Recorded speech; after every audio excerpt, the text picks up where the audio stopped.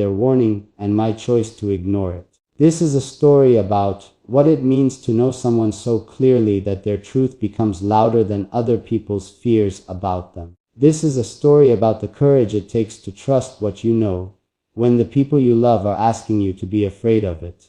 This is a story about love, the real kind, the kind that doesn't defer to convenience or conform to expectation or shrink itself to fit inside the boundaries of what other people's comfort can accommodate. This is a story about you, about the specific, irreplaceable, completely extraordinary fact of you, about what it has meant to know you and to choose you, and to go back to the people who warned me and say, look at what I found.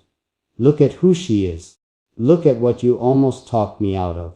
Because I think about that sometimes. I think about the version of my life where I listened, where I sat at that kitchen table and let their worry become my caution, and let my caution become my decision, and slowly, carefully, safely backed away from the most real thing I have ever been near.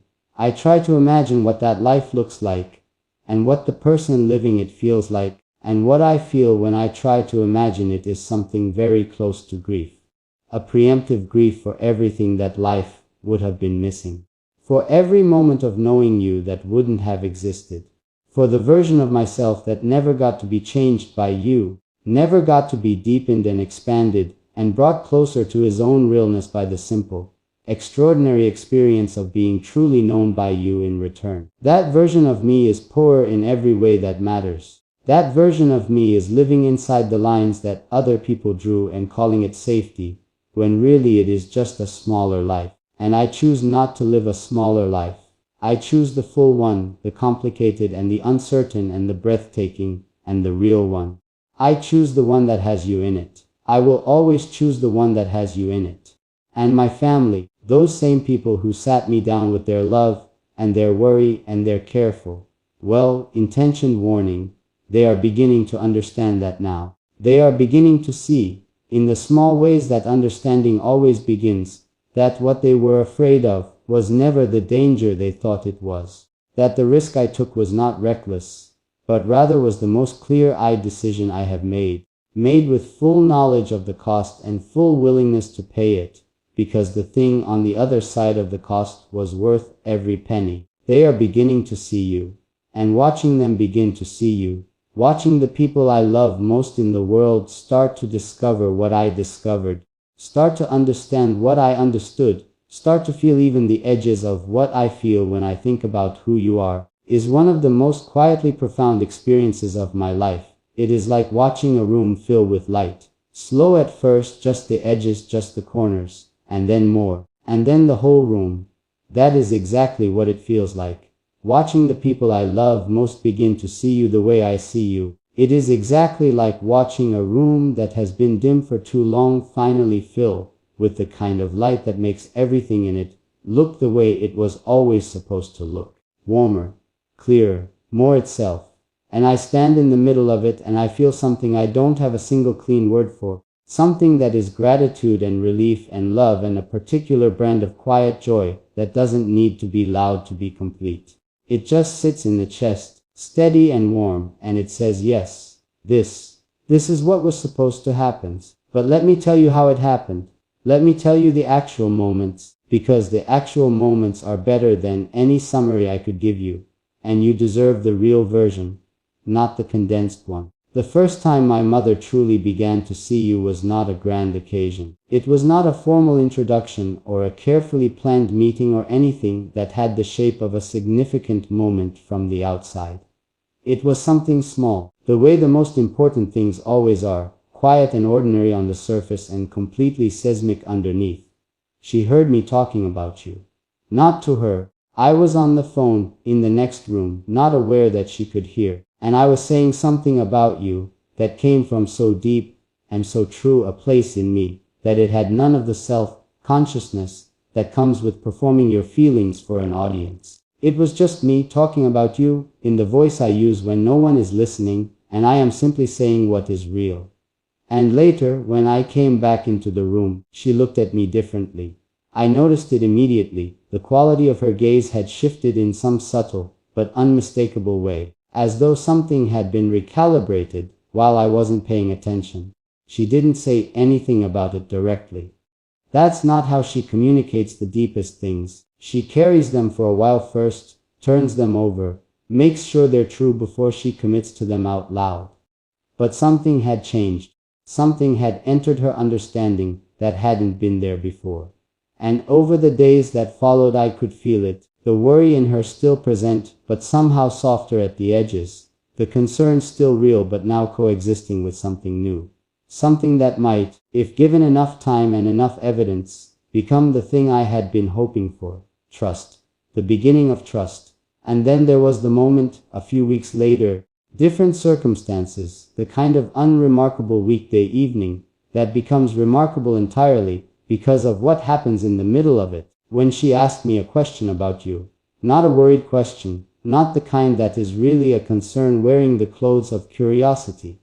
A genuine question. The kind you ask about someone you are actually interested in knowing more about, someone you have started to think of as a real and specific person, rather than an abstract source of worry. She asked about something you love, one of your passions, one of the things that lights you up, something I had mentioned in passing weeks before. She had remembered it. She had been holding it, quietly, and now she was reaching for more. I sat there for a moment before answering, just feeling the shift of it, just letting myself notice what was happening. And then I told her. I told her everything I know about that part of you, everything I've had the privilege of learning, every detail and nuance and particular way that thing expresses itself in you. And I watched my mother's face as I talked, and I watched it do something I had been waiting to see for longer than I realized. It softened. Fully, genuinely, all the way through. Not the polite softening of someone maintaining their concern while appearing open. The real softening of someone whose preconception is giving way to something truer and more generous. And at the end of what I said, she smiled. Not at me, at the idea of you. At the picture of you I had painted with my words. She smiled at you, my love, from a room you weren't in, on an ordinary weekday evening. And something that had been tightly wounded in me for months quietly, completely released. I want you to know that happened. I want you to know that the woman who worried most about what you would do to her child sat in her kitchen and smiled at the thought of you. And that it was real. And that it matters. And that it is the beginning of something that I intend to nurture with everything I have. The relationship between the woman who gave me life and the woman who has given my life its fullest meaning. Because they deserve each other. That is the thing I keep coming back to. These two people, these two extraordinary people who love in different ways, and from different histories, and with different expressions but with equal depth and equal genuineness. They deserve to know each other. They deserve the chance to recognize in each other the things I have recognized from my particular vantage point of loving them both. And I am going to make sure they get that chance. I am going to be the bridge between those two worlds for as long as it takes for the bridge to become unnecessary. For as long as it takes for them to have built their own connection that doesn't need me in the middle of it anymore. That's the goal. That is what I am working toward, quietly and patiently. The way I have learned to work toward the things that matter most, not with force, not with urgency, but with steadiness. With the particular kind of patient persistence that says I know where this is going. I know what this becomes. I am not in a hurry because I am confident. And I am confident because of you, because knowing you has given me a template for what it looks like when something true and good is given the time and the room it needs to become fully itself. You have taught me patience. That is one of the things I don't think I've ever properly told you. You have taught me, by example and by the nature of what you are, that the best things develop at their own pace and cannot be rushed without being damaged. That the correct response to something important is not to grip it tighter, but to hold it more gently, to give it more room, to trust the process of its unfolding even when the unfolding is slower than you'd like. You embody that. You live that truth in everything you do. And being near you has transferred something of it to me, has changed my relationship with time and with waiting and with the particular anxiety of not. Yet that used to drive me toward impatience. I am more patient now. Because of you. added to the list of things you've given me without knowing you were giving them. I want to talk about my siblings. Because they were part of this too. Part of the warning, part of the worry, and they are also part of the slow and beautiful resolution of all of it. And they each came to it differently, the way siblings always do, through their own particular lens, at their own particular pace, by their own particular route. My older brother was the hardest to bring around, if I'm honest. Not because he's unkind, he is genuinely one of the kindest people I know, but because he is protective, in a way that runs very deep, that is connected to things that happened long before you entered the picture, to a history between him and me that includes moments where he watched me get hurt, and had to stand by and couldn't prevent it. His wariness about you was, at its root, the wariness of someone who has held me while I cried and vowed, somewhere in the private interior of himself, that he would try to see things coming next time, that he would try to say something before rather than after. So when he said what he said, when he pulled me aside one evening, and looked at me with that brother look that is equal parts love, and the authority that comes from knowing someone their whole life, I understood it in a way I couldn't have without that context, and I didn't get defensive. Or rather, I felt the defensiveness rise, and then I looked at where it was coming from, his love for me, his history of witnessing my pain, his genuine desire to protect something he didn't want to see broken, and the defensiveness dissolved into something warmer.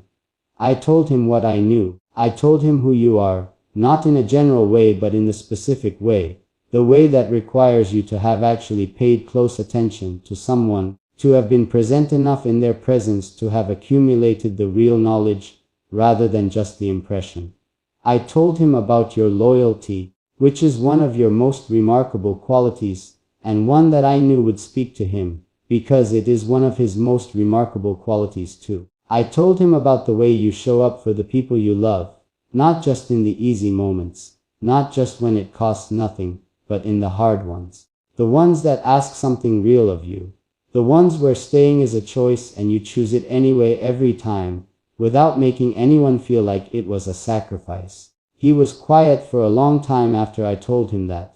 My brother, who always has something to say, who has never been comfortable with silence in the way that some people are, sat in actual quiet for what felt like a long time. And then he said something that surprised me. He said, "That sounds like someone worth protecting.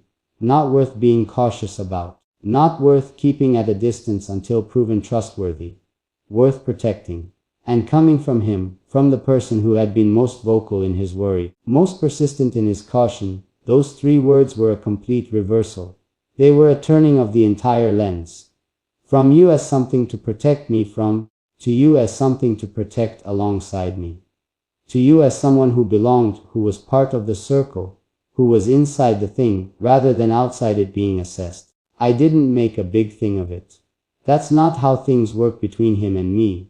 I just nodded, the way my father nods when words would be too much for the moment, and he nodded back, and that was the whole conversation. But it contained everything. It contained the shift I had been hoping for.